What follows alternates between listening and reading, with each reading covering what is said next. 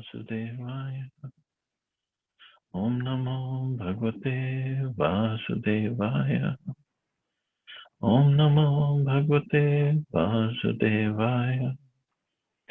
Narayanam Namaskritya Naram Chaiva Narottamam Devim Saraswatim Vyasam Tato Jayamudiriye Nashtaprayeshu Bhadreshu Nityam Bhagavata Sevaya Bhagavati Uttam Shloke Bhaktir Bhakti Nashtaki.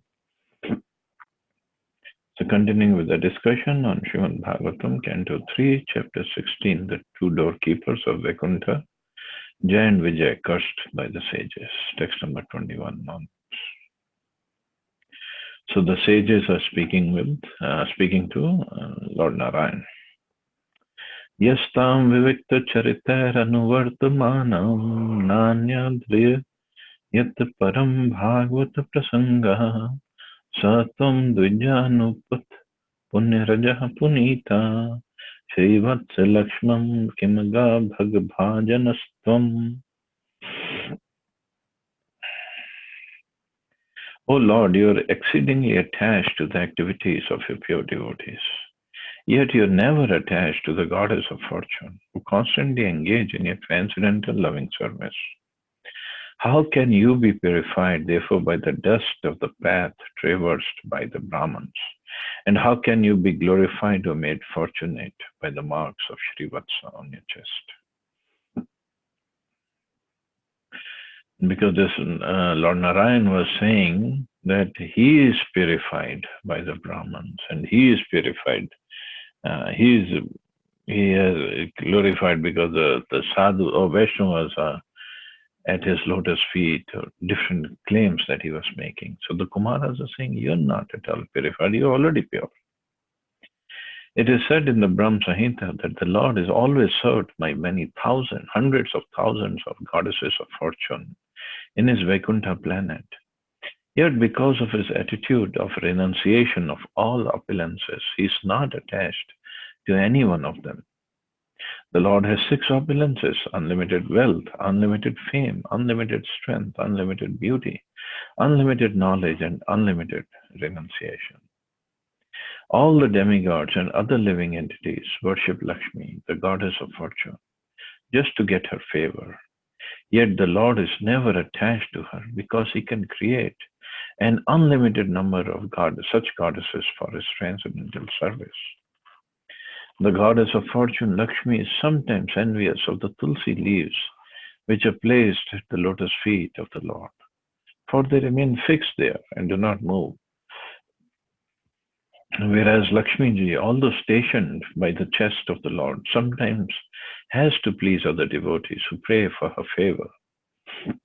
Lakshmi ji sometimes has to go to satisfy her numerous devotees, but tulsi leaves never forsake their position, and the Lord therefore appreciates the service of the tulsi more than the service of Lakshmi. So there is a comparison between Lakshmi ji and Tulsi is made. Tulsi is a devotee of the Lord. Lakshmi ji is also a devotee of the Lord. But Lakshmi ji, Prabhupada is saying, Lakshmi ji sometimes has to go and take care of her devotees, so satisfy her numerous devotees. But Tulsi ji never leaves the lotus feet of the Lord. So that's why Tulsi ji is more dear to the Lord. When the Lord says, therefore, that it is due to the causeless mercy of the Brahmins that Lakshmi ji does not leave him, we can understand that Lakshmi ji is attracted by the opulence of the Lord, not by the Brahmins' benedictions upon him. The Lord is not dependent on anyone's mercy for his opulence. He is always self-sufficient. The Lord's statement that his opulence is due to the benediction of the Brahmins and Vaishnavas is only to teach others that they should offer respect to the Brahmins and Vaishnavas, the devotees of the Lord. So it's just out of his pastime, or his showing as a teaching to others that how they should be respecting Brahmins and Vaishnavas. So Lord is saying, I have the opulence by the mercy of the Brahmins and Vaishnavas. But the Lord is Swarad, he is completely independent. So he doesn't need anybody's mercy. He does not dependent on anyone's mercy for his opulence. That's the position of the Lord. But the way he performs his pastimes, just like at a famous temple of Tirupati, Balaji, the Lord had to take the loan from Kuvera for his marriage. It's complete pastime. And and um, and the devotees are still paying off of that loan, and not just loan, they're just only paying off the interest on the loan. It's only the Lord's pastime that the devotees feel the Lord is dependent upon them, or devotees feel some relationship with the Lord. That Lord is asking us to do some service for him. So they all go and do service. It is wonderful feeling. And the relationship is there. It's not like it's imaginary. Relationship is there. But that the loan is not real. Everything belongs to the Lord. What to speak of Kuvera or anybody else. धर्मस्य ते भगवत स्त्री युग त्रिभिः स्वर पद्भिश्चराचरम् इदं द्विज देवतार्थम् नूनं भृतं तद अभिघाति रजस्तमश्च सत्वेन्नो वरदया तनुवा निरस्य. O Lord, you are the personification of all religion. Therefore you manifest yourself in 3 millenniums, and thus you protect this universe, which consists of animate and inanimate beings. By your grace, which is of pure goodness and is a bestower of all blessings, kindly drive away the elements of Rajas and Tamas for the sake of demigods and vice more.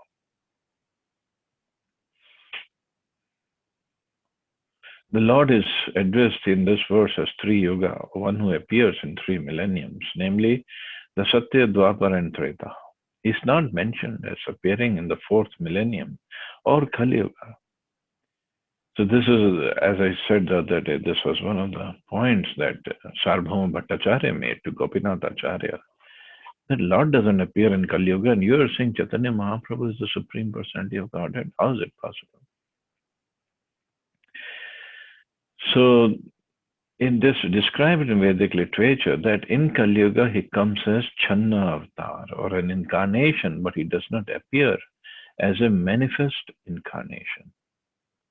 In the other yugas, however, the Lord is a manifest incarnation, and therefore he is addressed as Tri Yuga, or the Lord who appears in 3 yugas. So one reason is in Kali Yuga he appears as Channa, or hidden incarnation.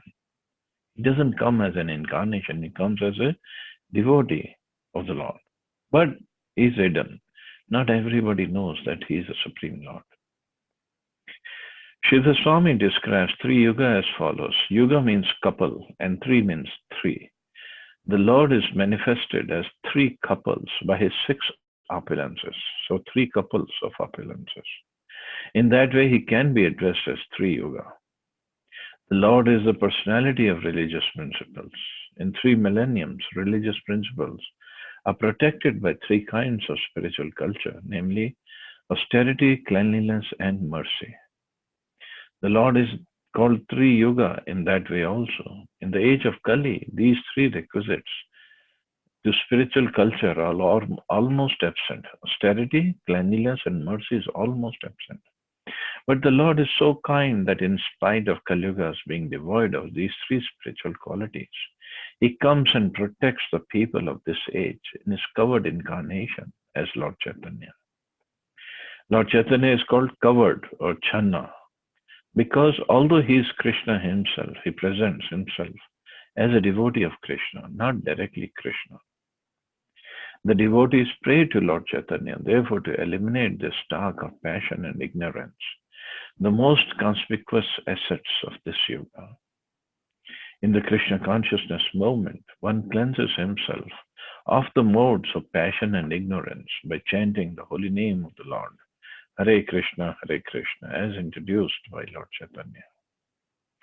So the four Kumaras are praying to the Lord to remove this, the influence of these uh, modes of passion and ignorance. And Prabhupada said in Kali Yuga, the only way to get rid of is by chanting the holy names. By chanting, one comes at least to Satoguna, if not beyond it. But the chanting has to be proper, not offensive chanting. The four Kumaras were cognizant of the situation in the modes of passion and ignorance, because although in Vaikuntha they wanted to curse devotees of the Lord. So the four Kumaras were cognizant of the situation in the modes of passion and ignorance. So they're saying, how come we got angry? And that too in Vaikuntha Loka, and we just cursed your associates. They were conscious of their own weakness. They prayed to the Lord to remove their still existing passion and ignorance. The three transcendental qualifications, cleanliness, austerity, and mercy, are the qualifications of the twice-born and the demigods. Those who are not situated in the quality of goodness cannot accept these three principles of spiritual culture. For the Krishna consciousness movement, therefore, there are three sinful activities which are prohibited, namely illicit sex, intoxication, and eating food other than the prasada offered to Krishna. These three prohibitions are based on the principle of austerity, cleanliness, and mercy. So austerity, the principle, is not there if somebody engages in illicit sex. Means if we avoid illicit sex, then the principle of austerity is maintained. If we avoid intoxication, the principle of cleanliness, and if we avoid eating food other than the prasada, or at least avoid non-vegetarian food, then the principle of mercy is intact. Devotees are merciful because they spare the poor animals, and they're clean because they're free of contamination from unwanted foodstuff and unwanted habits. Austerity is represented by a restricted sex life. These principles, indicated by the prayers of the four Kumaras, should be followed by the devotees who are engaged in Krishna consciousness. And then there is a fourth one also, although Prabhupada didn't mention it here. Fourth, because that is for Kali Yuga, that is the truthfulness and the gambling. Sinful activities are gambling. So if somebody is not engaged in gambling, means he is being truthful. But can you believe in Kali Yuga, according to scriptures, the principle of truthfulness is maintained. It doesn't even look like. Everybody is ready to cheat somebody else. Everybody is ready to tell a lie, even at just at the drop of a hat. But according to scriptures, truthfulness is still maintained in Kali Yuga. Text 23. Natvam dvijotamam kulam yad ihatma gopam gopta vrisha svarharnen sasu nritena tarihev nangshyati shivastav deva pantha loko grihishya drishvasya hitat pramanam. O Lord, you are the protector of the highest of the twice-born. If you do not protect them by offering worship and mild words, then certainly this auspicious path of worship will be rejected by people in general, who act on the strength and authority of your Lordship. In Bhagavad Gita, it is stated by the Lord himself that the acts and characters of great authorities are followed by people in general. Leaders of ideal character are therefore needed in society. Krishna, the Supreme Personality of Godhead, appeared in this material world just to show the example of perfect authority, and people have to follow his path.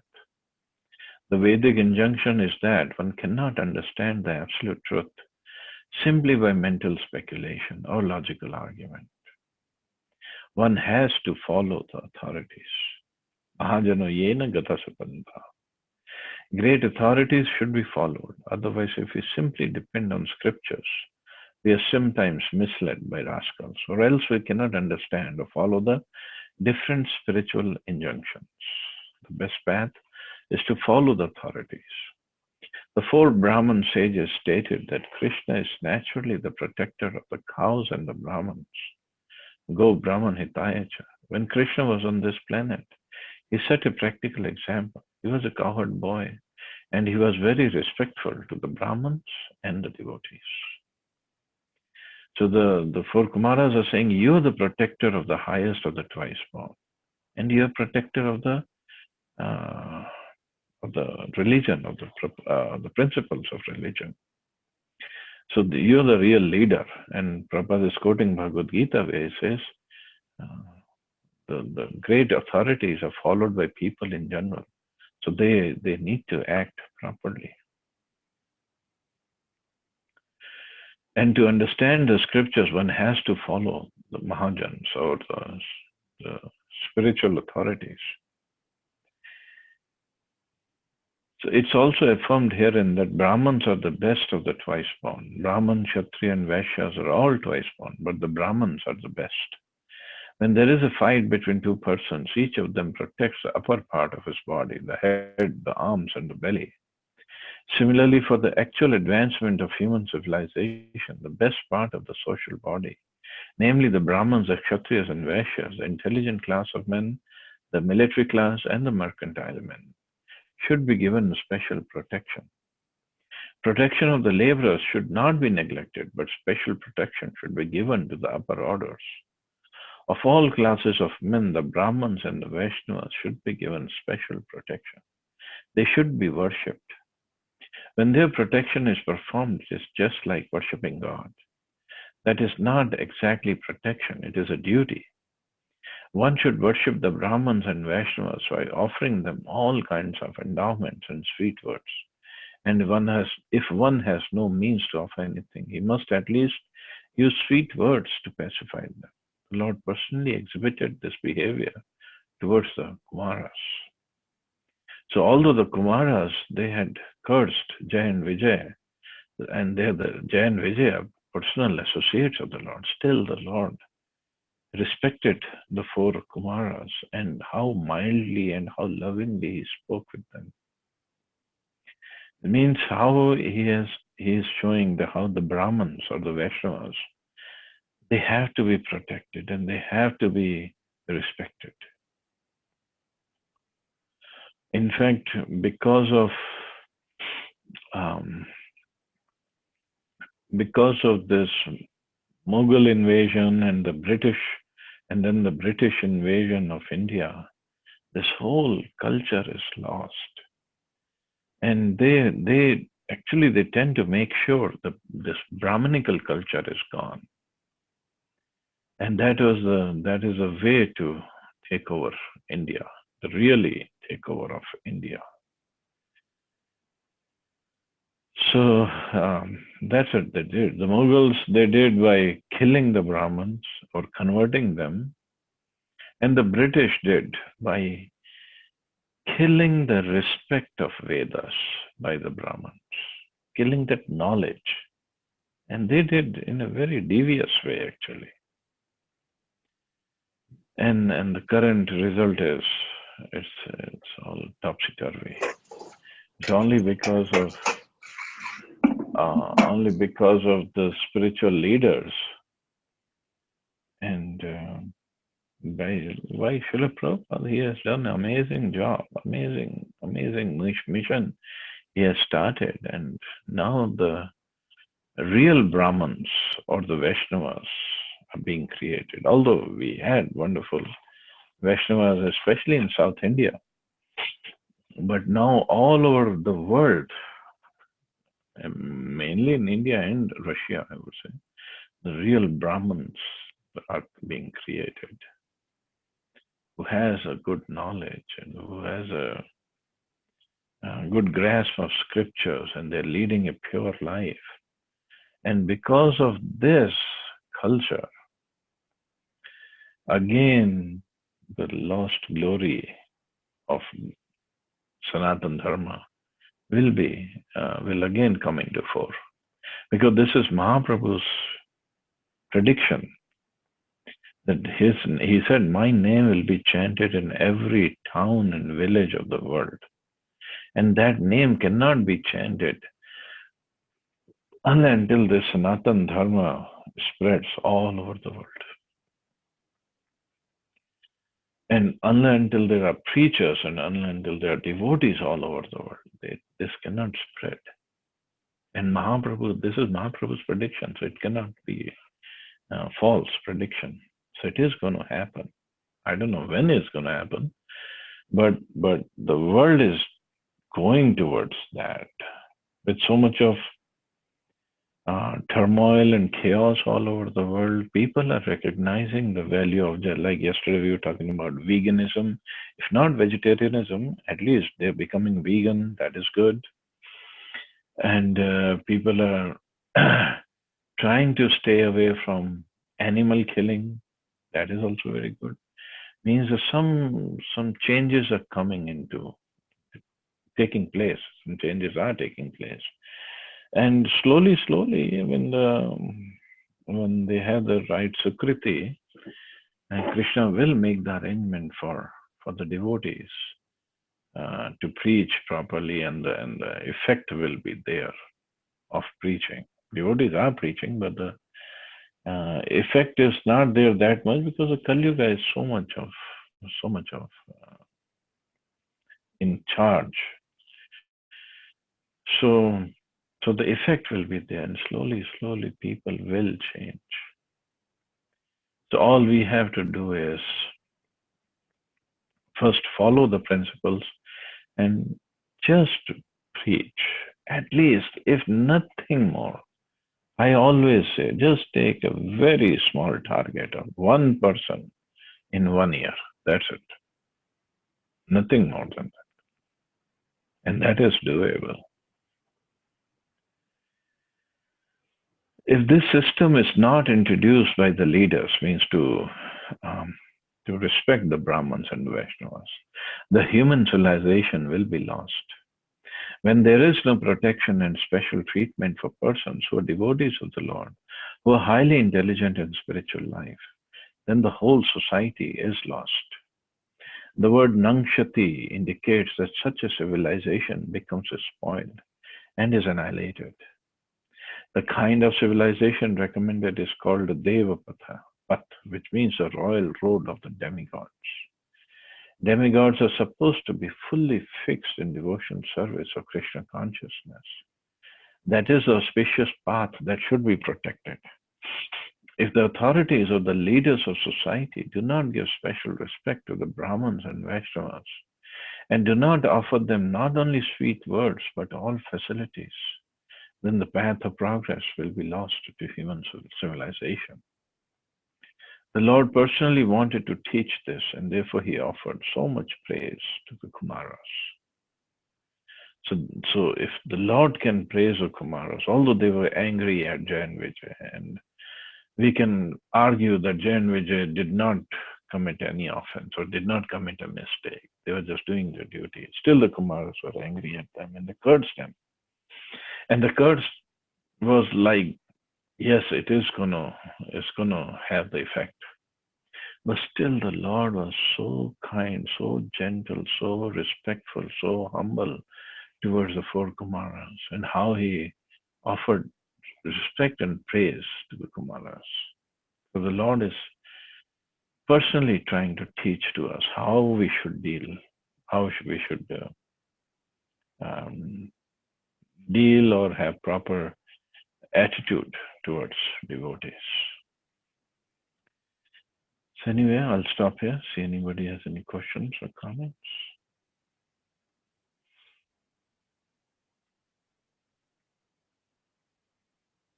Hare Krishna, Prabhuji. Hare Krishna. Prabhuji, what is this reference of twice born? One who has taken Diksha. Oh. So first time we take birth from our mother's womb, Okay. and second time we take the Vedas as a mother. We accept Vedas, so we take Diksha. Okay. Thank you, Prabhuji. Thank you. You're welcome. That's why our name also changes at the time of Diksha, Vaishnav Diksha, and our Gotra also changes actually. So Well, if Gotra was. you have taken Vaishnav Diksha, like in Gaudiya Vaishnav you have taken. So now our Gotra is Achyut Gotra. Achit. Achyut. Achut. Okay. Achyut. This is common Gotra for all the Vaishnavas? For all the Vaishnavas, yes. So if anybody is doing any puja, because we go to so many temples, South India or even in Jagannath They Puri, ask for the Gotra. Yeah. So now you say Achyut Gotra. Achyut Gotra. Okay, thank you, Prabhuji. Thank you. Hare Krishna, Prabhuji, Danvat Pranam. Prabhuji, on that note, in fact, Brahmins, you had explained they're twice born. Here we read about Kshatriyas as well. And Vaishyas. Yeah, and Vaishyas as well. So, and not the Sudras. So, is there any significance of that also, Prabhuji? Yeah, Shudras are not qualified to take Diksha. Or not that way. Diksha can be done by anybody for Vaishnav Diksha. See, in that Sanatan Dharma or Karma Kanda procedure, Shudras are not supposed to study the scriptures or do some austerities or do some deity worship that way. But the Vaishnava tradition is different. The Varnashram system is different, but the Vaishnava tradition is completely different. So in our tradition, anybody can become a Brahman or can take Diksha or even take sannyas also. And this is the Vedic tradition, Prabhuji, right? Yeah. This is according to Vedas.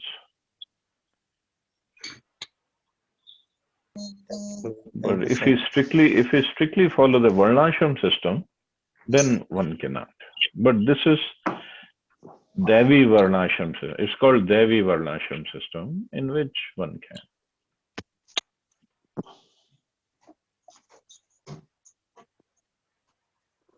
That's why one place it is said that Janmana Jayate Shudra Sanskarat Bhaveta Dvija. Means by Janma, everybody is a Shudra. But by Sanskar or by cultivation, one can become Dvija or Brahman.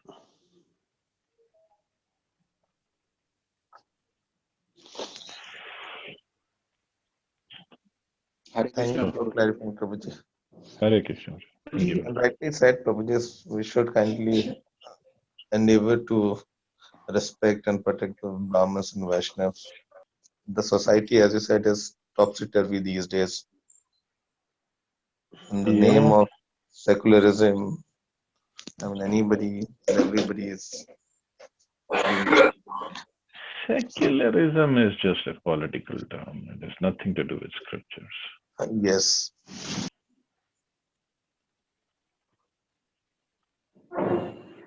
And Brahman doesn't mean only those who study Vedas. If somebody is expert and intelligent in Quran and Bible, he should be considered as a Brahman. At least he should be given proper respect.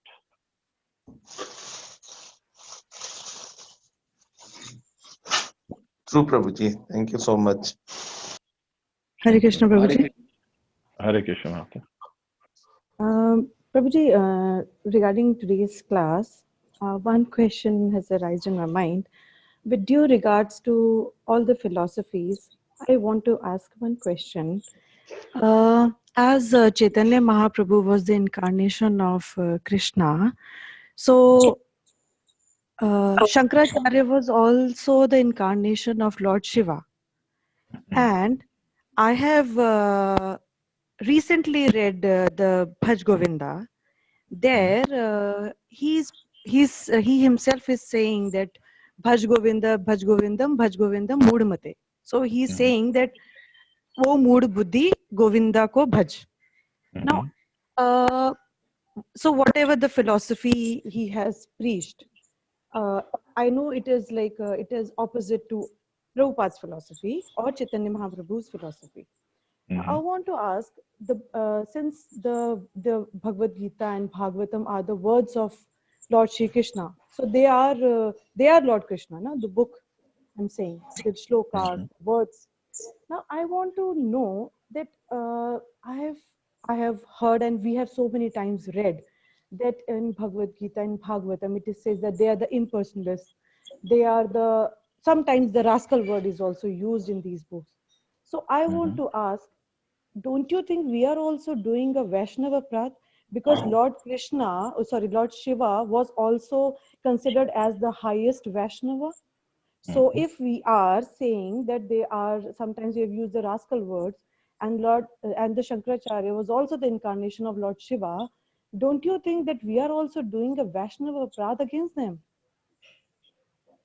But first of all,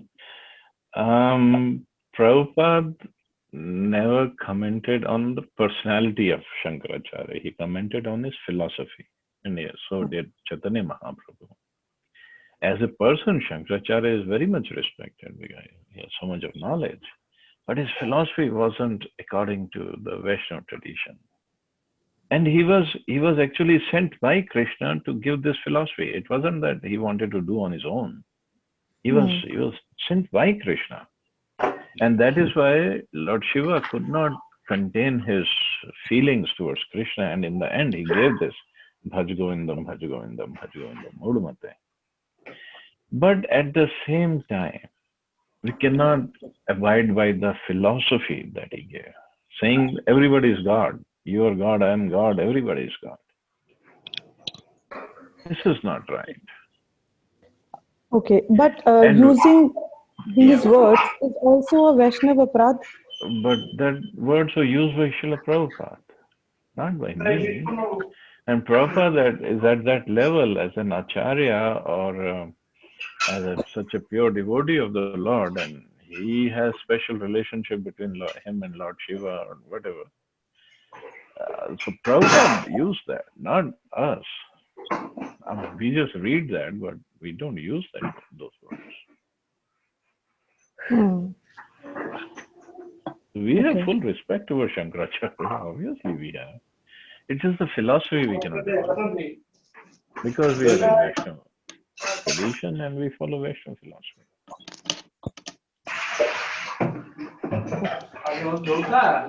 Is that okay? All right, Prabhuji. Prabhuji, Hare Krishna. Just one quick question.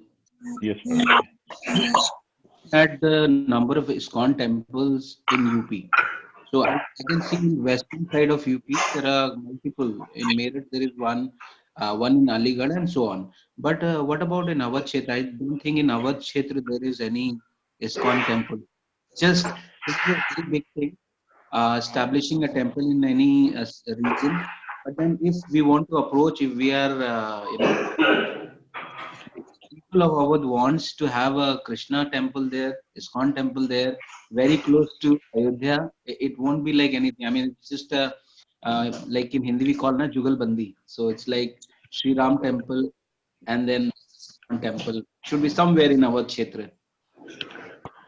Well, you should go and start. So whom to approach, Prabhuji? Any initial guidance if you want to give? UP, like authority-wise zonal secretary is His Grace Devki Nandan Prabhu.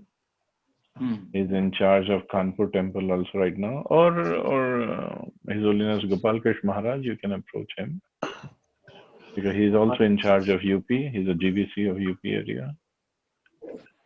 Okay. So I'm pretty sure there must be some plans. I'm pretty sure of that, but I don't know exactly what are the plans. And it's not that we cannot have Ram Darbar. In Delhi, we have Ram Darbar in a temple.